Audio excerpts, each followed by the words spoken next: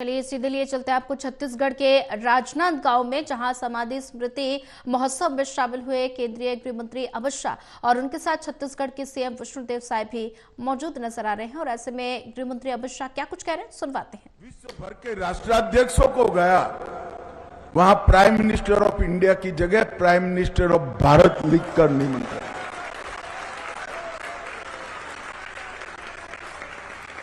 नरेंद्र मोदी जी ने, इस देश के प्रधानमंत्री जी ने आचार्य जी के विचार को जरा भी राजनीति करे बगैर एक क्षण में जमीन पर उतारकर उनके संदेश का अनुकरण करने का था। और पूरा देश अचंभित था उस वक्त, और देश भर के भारतीयता के भक्त बहुत आह्लादित थे, आनंदित थे।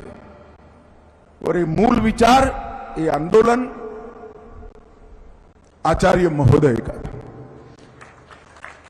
जीवन के अंतिम क्षण तक तपस्या का मार्ग नहीं देखा, छोड़ा। अंत समय में जिन्होंने उनके दर्शन का सौभाग्य प्राप्त किया, वो सभी को मालूम पड़ गया था कि जीवन को पंच तत्व के साथ एकाकार करने का इससे बड़ा कोई रास्ता नहीं हो सकता। शरीर तो क्रूसकाय होता गया, आत्मा का प्रकाश इतना ही दिव्य होता गया। और जीवन के अंत तक इन्होंने अपनी इच्छा शक्ति से न केवल जिन शासन के अनुयायी जैनेतरों को भी अपनी आध्यात्मिक ऊर्जा से मोक्ष का मार्ग बताने का काम किया। धर्म, राष्ट्र और समाज, ये तीनों के लिए जीवन का हर क्षण समर्पित होना चाहिए। ऐसा बोलने वाले तो बहुत लोग संसार में मिलते हैं, मगर पूरा जीवन इस तरह से जीने वाले लोग कभी कभार ही देखते हैं। और ये आचार्य महोदय अहिंसा परमो धर्म का सिद्धांत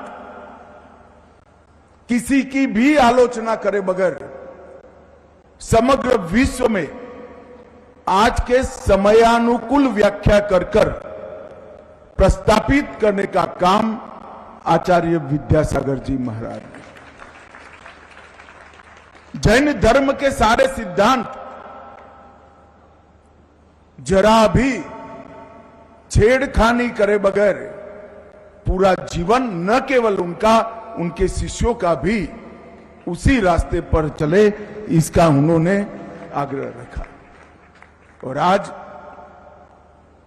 मोदी जी के नेतृत्व में भारत भी वसुधैव कुटुंबकम और अहिंसा परमो धर्म के सिद्धांतों की पोटली बांधकर पूरे विश्व के अंदर इसका प्रचार कर रहा है। आज मेरे लिए बड़ा सौभाग्य का विषय है, नवीन जैन जी के नेतृत्व में